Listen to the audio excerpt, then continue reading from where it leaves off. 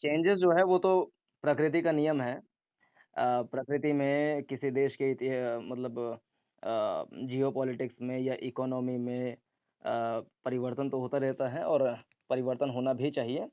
अ, अगर वर्तमान में देखें कि भविष्य में क्या परिवर्तन आ सकते हैं, तो एक तो जो महामारी है कोविड-19 नाम की महामारी, वो फिर से हमारे एक भाई ने बताया कि फिर से आ रहा है।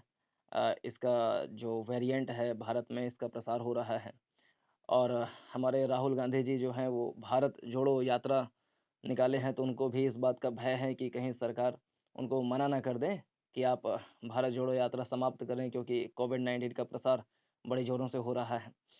तो क्या परिवर्तन हो सकता है? तो पहला ये कि कोविड-19 का प्रसार होने की संभावना जताई जा रही है और प्रधानमंत्री श्री मोदी जी ने भी आग्रह किया है देशवासियों से कि वो मास्क इत्यादि का प्रयोग करें, ताकि स्वास्थ्य के प्रति किसी को नुकसान ना झेलना पड़े, देश में फिर से कोविड का वेरिएंट बहुत ज़्यादा ना फैले, लॉकडाउन जैसी स्थितियाँ ना बनें। दूसरा क्या परिवर्तन आ सकते हैं फ्यूचर में, तो अभी आपको पता है कि मिस्र में शर्म अल शेख करके एक शहर है, सिनाई पेनिनसुला के पास में। तो वहाँ पे कॉन्फ्रेंस ऑफ पार्टी यानी कॉप 27 का बैठक हुआ, जिसमें जलवायु परिवर्तन से संबंधित बहुत सारे मुद्दों पर बात किया गया। अ, उसमें भी भारत सरकार का जो पर्यावरण मंत्रालय है, उसने भी अपनी बात को रखा कि फ्यूचर में चेंजेस आएँगे, बहुत तगड़े जलवायु परिवर्तन होगा। ग्लोबल वार्मिंग हो रहा है। इससे जो विकासशील देश हैं, उनके ऊपर ज़्यादा खतरा मंडरा रहा है।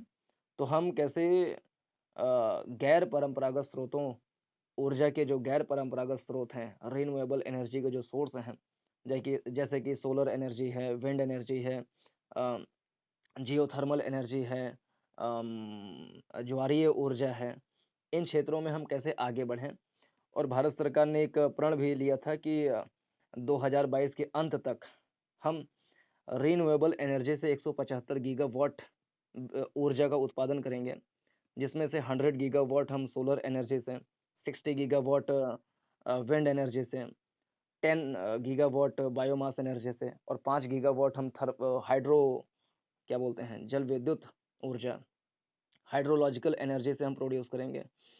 तो फ्यूचर में देखा जाए तो भारत सरकार इस क्षेत्र में प्रयास करेगी कि कैसे हम जलवायु परिवर्तन के क्षेत्र में रिन्यूएबल एनर्जी की ओर हम आगे बढ़ें और ताकि जो वैश्विक ऊष्मन है, जो ग्लोबल वार्मिंग है, उसमें हम कटौती कर सकें।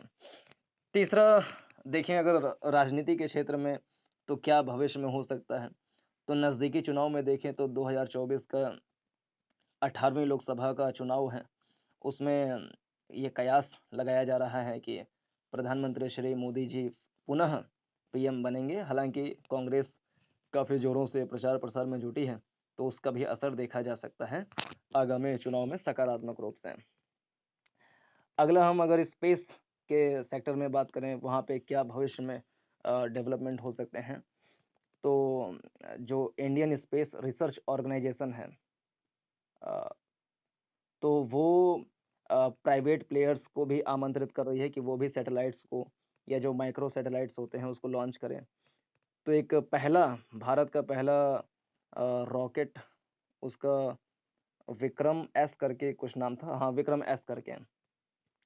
तो पहली बार भारत में किसी प्राइवेट स्काई रूट करके कोई एजेंसी है, उसने लॉन्च किया।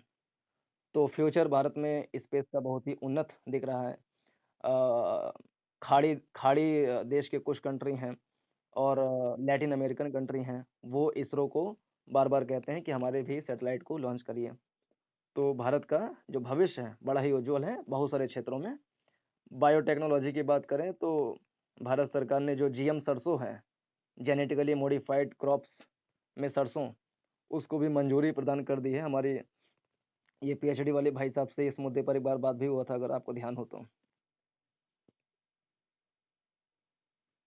हाँ, तो यही है, बायोटेक्नोलॉजी के क्षेत्र में जो है भारत सरकार बड़े अच्छे से काम कर रही है। बहुत सारे ट्रेड हो गया, हमारा 600 बिलियन डॉलर का ट्रेड हो गया है एक्सपोर्ट। वैक्सीन में हम आगे जा रहे हैं। तो बहुत सारी चीज़ें हैं अ, हमारे देश में जो एकता का भाव है, यूनिटी का भाव है, चाहे हिंदू, मुस्लिम, अन्य जो कम्युनिटी है उसके बीच में जो भाईचारा का भाव है, ये बड़ा ही प्रगाढ़ हो रहा है। तो ये सब अच्छी बातें हैं, फ्यूचर में ये देश को जोड़ेंगे, मजबूत करेंगे। तो ये है मेरा इस पर थॉट। Thank you.